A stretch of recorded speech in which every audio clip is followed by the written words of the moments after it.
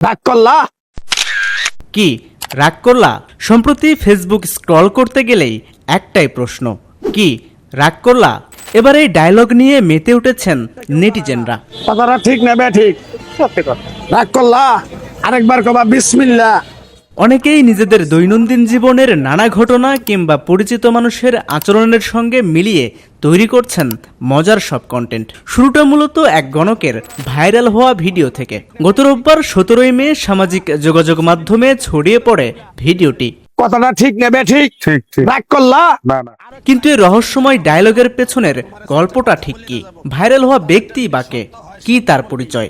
মিথ্যার আশ্রয় নিবি, আল্লাহর কাছে ঠেকা থাকবি। ভিডিওতে দেখা যায় ব্যস্ত সড়কের পাশে কাঁধে ব্যাগ নিয়ে এক গণক এক যুবকের ভাগ্য গণনা করছেন। সে সময় যুবকের জীবনের নানা বিষয় নিয়ে কথা বলার পাশাপাশি প্রায় প্রতিটি বাক্যের শেষে তিনি বলছিলেন, কি রাগ করলা? রাগ করলে না। আরেকবার কব বিসমিল্লাহ। বিসমিল্লাহ। আমার ওস্তাদের নিষেধ। আসলে ভাইরাল হওয়া ব্যক্তি কোনো গণক নয়, তার নাম ইমান আলী। অভিনয় তার পেশা। প্রায় 2 যুগ আগে পরিবারের সাথে লালমনিরহাট থেকে গাজীপুরে আসেন ইমান আলী। ছোটবেলা থেকেই অভিনয়ের প্রতি ঝোঁক ছিল তার।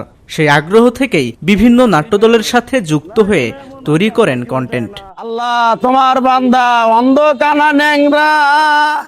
সম্প্রতি গণকের চরিত্রে অভিনয় করেন ইমান আলী। তার কথা বলার বিশেষ ভঙ্গি, আত্মবিশ্বাসী উপস্থাপন আর মানুষকে প্রভাবিত করার অভিনব কৌশলেই মূলত দর্শকের হাসির খোরাক জুগিয়েছে। আমার ওস্তাদে বলছে, এই পাগলা, তোর মুখের কথা যদি কেউ বিশ্বাস না করে তার সাথে তুই কথা বলবি না। ভিডিওটি জনপ্রিয় হওয়ার পর অনেক কন্টেন্ট নির্মাতারাও বিষয়টি নিয়ে বিভিন্ন ভিডিও বানাতে শুরু করেন। কেউ মজার ছলে বন্ধুদের খোঁচা দিচ্ছেন, আবার কেউ দৈনন্দিন জীবনের বিরক্তিকর পরিস্থিতিকেও হাস্যরসে উপস্থাপন করছেন এই সংলাপের মাধ্যমে। যদি বাউ দিয়া কর জামাই তো কথাই শুনে না। রাগ করলা? কি কথা? না। এই কথাটা আমার কোনদিন বলছিলা? না, অভিনয়ের মাধ্যমে সারা দেশের মানুষের কাছে জনপ্রিয় হবার ইচ্ছে ছিল ইমান আলীর।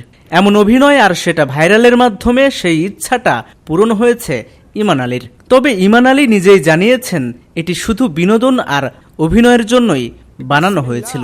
বিসমিল্লাহ বলার সাথে সাথে তুই আমারে 500 টাকা দিবি, তোর এক টুকরা গাছ দিয়ে যাবো। নিউজ ডেস্ক, দৈনিক করতোয়া।